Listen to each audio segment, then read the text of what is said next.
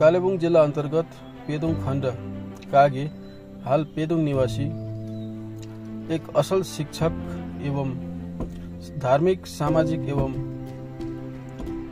साहित्यिक अभियन्ता श्रद्धेय भानु अधिकारीज्यू कालेबुङ साहित्य अध्ययन समिति हिरक जयन्ती उद्घाटन समारोहमा स्वर्गीय रविचन्द्र पौडेल स्मृति साहित्य पुरस्कारद्वारा सम्मानित बन्न सफल बनेका छन्। उहाँलाई हार्दिक बधाई एवं शुभकामना व्यक्त गर्दछौँ।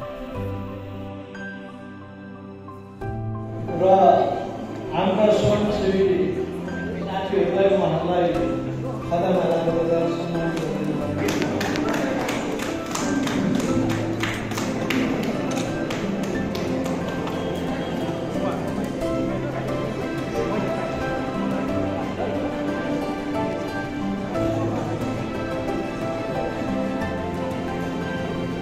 भारतीय नेपाली साहित्यको विकासमा कालेबुङको विकास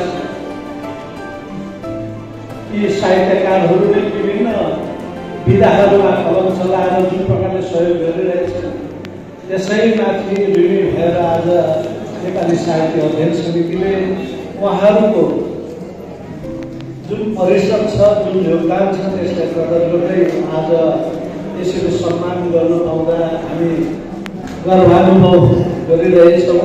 कालेबुङको विकासमा कालेबुङबाट विविध विधाहरू कथा, कविता, गजल, निबन्ध, नाटक, समालोचना आदि विधातिर प्रशस्त मात्रामा कलम चलेको पाइन्छ र ती कलमहरूलाई कदर गर्दै आज नेपाली साहित्य अध्ययन समितिले यहाँहरूलाई हिरक जयन्ती स्मृति पुरस्कारद्वारा पुरस्कृत गरिरहेछन्। यसको निम्ति उहाँलाई यो पुरस्कार प्रदान गर्नको निम्ति आजका मुख्य अतिथि महोदय कालेबुङका विधायक